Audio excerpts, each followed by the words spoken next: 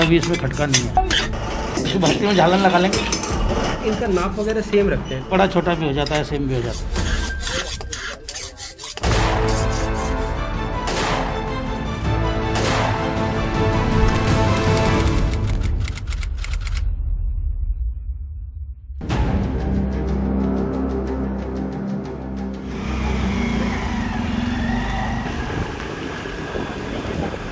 मध्य प्रदेश की राजधानी भोपाल से महाराष्ट्र की सीमा से सटे सेंधवा, बड़वानी, धार, खरगोन जैसे जिलों के गांवों में कभी गाड़ी, कभी पैदल, कभी बाइक से 400 किलोमीटर से ज्यादा का सफर।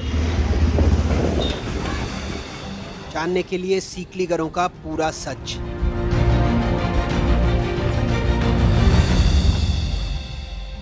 पिस्टल नहीं, 12 बोर का कट्टा है। बच्चे भी देखते हैं तो ये बनाने की सोचते हैं। हम तो खुद ही ये धंधा छोड़ने के चक्कर में लगे हुए हैं। पहले उन्हें शकलगर कहते थे, यानी जो शक्ल देख करके उसकी तस्वीर उकेर दें। बाद में वो सीकलीगर हो गए। उन्हीं के गांव में हम आए हैं। इस गांव में कई सारी बुनियादी समस्याएं हैं, लेकिन एक वजह से जिन्हें इन लोगों को सबसे ज़्यादा परेशान किया जाता है वो है आरोप अवैध हथियार बनाने का।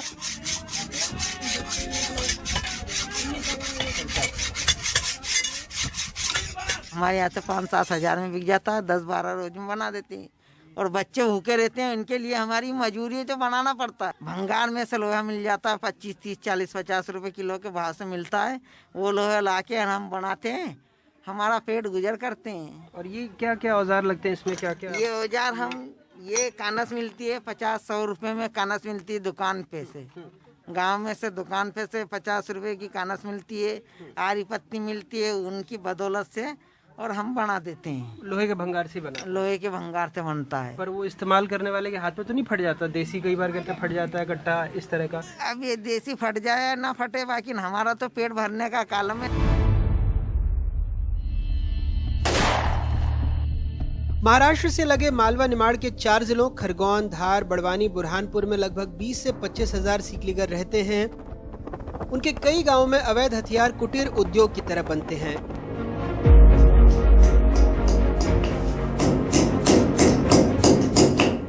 इस इलाके में हम पहुंचे दूसरे गांव में।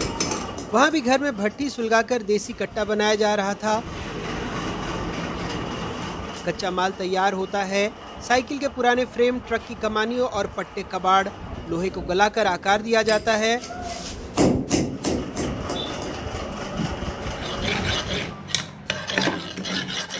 दो इंच से लेकर 5 इंच तक की आरियों से इन्हें तराशा जाता है। कनाज से घिसकर चमकाया जाता है। पट्टे को पीटकर बंदूक का हत्था बनता है। पाइप से बंदूक की नाल ऐसे घिसा जाती है। कुछ देसी मेड, कुछ made in USA type, tagging से विदेशी। ये आधा होगा है। कैसे इसको खोलेगा?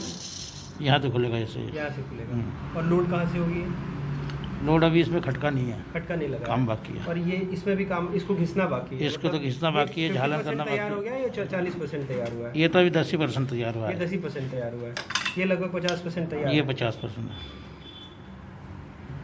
और इसमें यहाँ पे लकड़ी का वो लगाते हैं? हाँ, अच्छा रहता है। लगेगा हत्था, लगेगा हत्था लगेगा।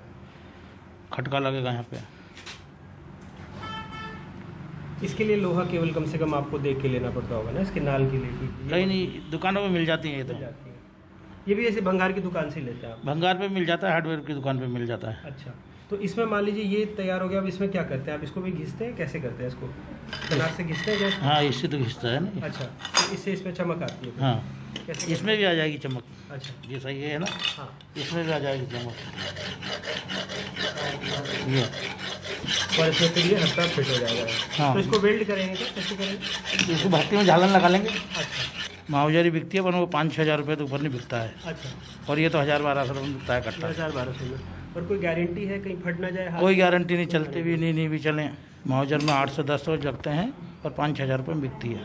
और ये खरीदार कहाँ से आते हैं? मतलब अलग अलग राज्यों से आते हैं? आपसे कौन संपर्क करता है? कैसे? हमारे पास तो जो आता है उसको दे देते हैं। हाँ, फाइल भी बोलते हैं, कानस भी बोलते हैं और रेती बोलते हैं। इसको संडासी, हथौड़ी। ये सटसी है? हाँ, ये बड़ी वाली सटसी है? हाँ, संडासी। और ये हथौड़ी है? ये बहुत आमतौर पर किसी घर में भी मिल जाते हैं? हाँ, किसी घर में मिल जाते हैं। और एक ही पंखा लगता है, भट्टी लगती है। भट्टी का तो 1 से 2 लोग लगते हैं, एक आदमी मिलकर बना लेता है? एक आदमी मिल के बना लेता, 2 आदमी मिल के बना लेते हैं। तो ये पंखे में वो गर्म होने के बाद आप उसको शेप दे देते हैं? हाँ, सेक देते हैं। तो ये आपने भी किसी को देख के सीखा था या आपको किसी ने सिखाया था बनाना, कैसे बनाया? सिखाया गया, हमारे खानदानी धंधा है तो अच्छा, सभी लोग करते थे, देख देख के ही सीख जाते हैं। पहले तो आप लोग गुरु के लिए बनाते थे हाँ। हथियार, क्रांतिकारियों के लिए भी बनाया? बनाए ना।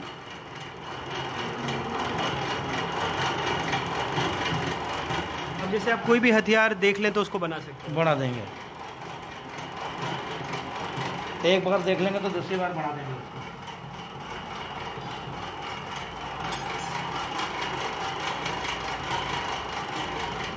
तो इसके अलावा भी कुछ लोहे का सामान बनाते हैं कि आप लोग ट्राई करते हैं कि कुछ नहीं, और? यही बना लेते हैं। हमारे वाले तो दूसरी चीज़ में लगते ही नहीं। हाँ। बच्चे भी देखते हैं तो यही बनाने की सोचते हैं।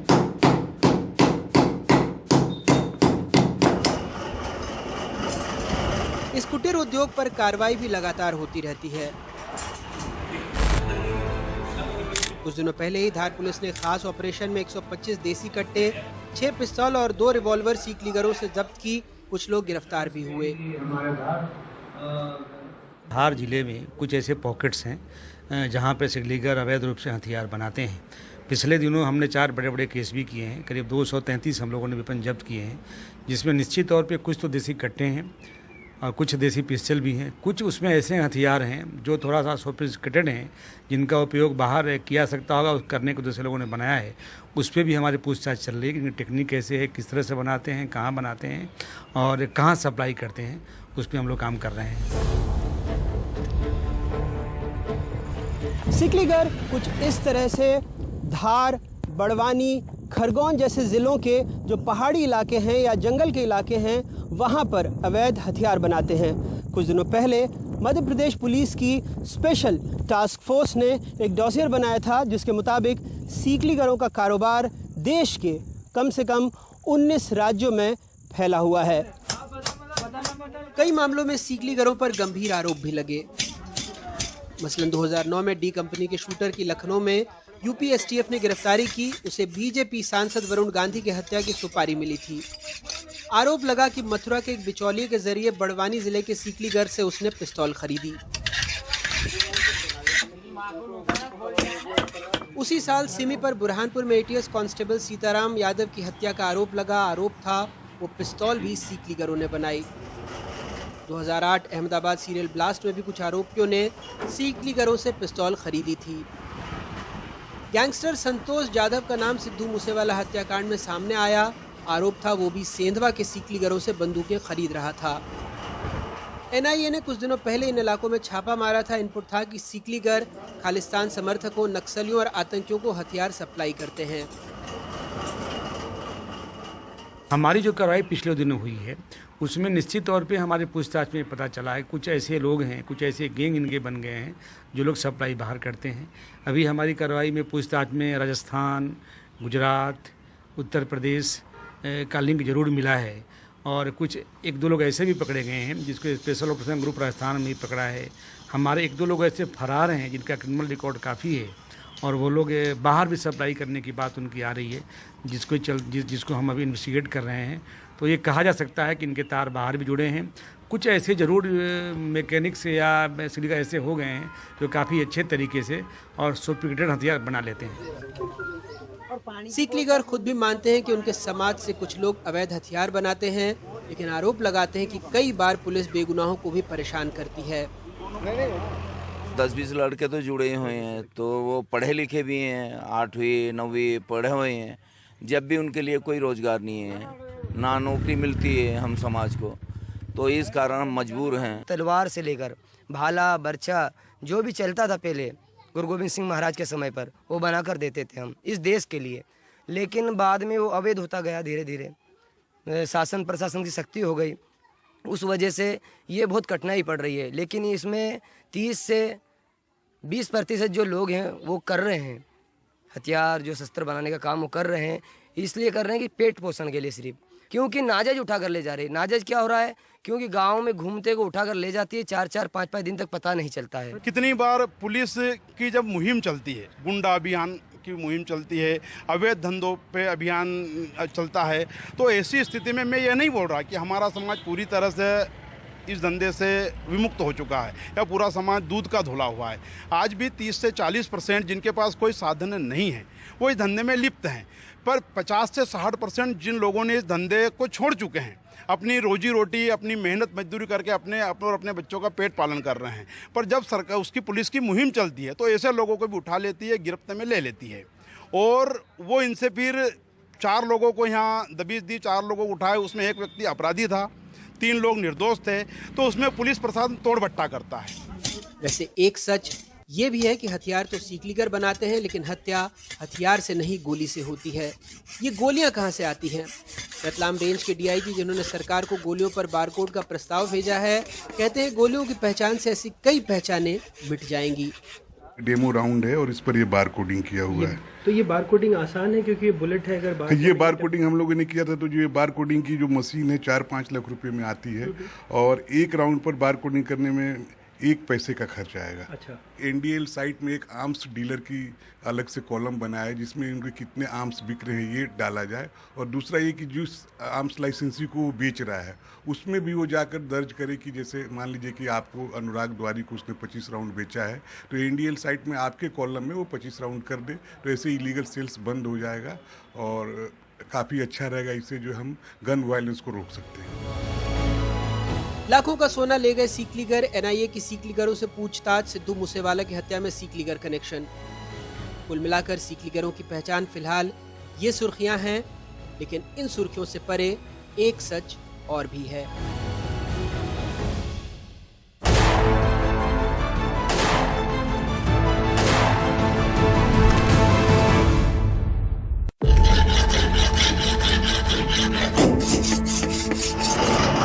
पिस्टल नहीं, 12 बोर का कट्टा है, तभी इसमें खटका नहीं है।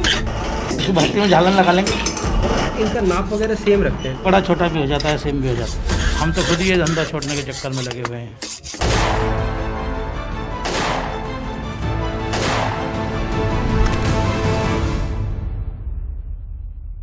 खालसा नगर बलसूद फलिया का ये पहला घर है और इसको आप घर चाहें तो कह सकते हैं। स्कूल की बिल्डिंग थी पहले, जगह जगह से टूटी फूटी है। और 85 साल के फूल सिंह जी, धूल सिंह मोजेस सिंह जी, इनका घर है। सीकलीगरों के गांव में आने पर आपको सरकारी सुर्खियों के अलावा एक और सच दिखता है, सरकारी उपेक्षा का। मेरे को आपको कुछ भी मेरे मकान बना दोगे तो भगवान भला करेगा। आप रोइए मत, आशीर्वाद दीजिए। नहीं ऐसा आप बड़े हैं, आप मत रोइए, आप मत रोइए ऐसे आप ऐसे मत बोलिए दादा। ये बताइए क्या, क्यों दिक्कत हो रही है, क्यों नहीं हो रहा है आपको? मकान नहीं, कुछ नहीं। आपने कभी आवेदन नहीं किया? घर मेरे घर के अंदर कुछ नहीं है। एक ही लड़का मैंने आवेदन, मेरा एक ही लड़का, कमाने वाला कोई पीछे नहीं है। कोई देता तो रोटी खा लेता, नहीं तो भूखा। तो मेरे कोई काम के नहीं, कोई भी मेरे भाई नहीं, बस नहीं, कोई नहीं है। 3 भाई मारे गए। रोइए मत, आपको परेशान मत होइए। नहीं ऐसे मत कीजिए आप, बिल्कुल दादा ऐसे मत कीजिए।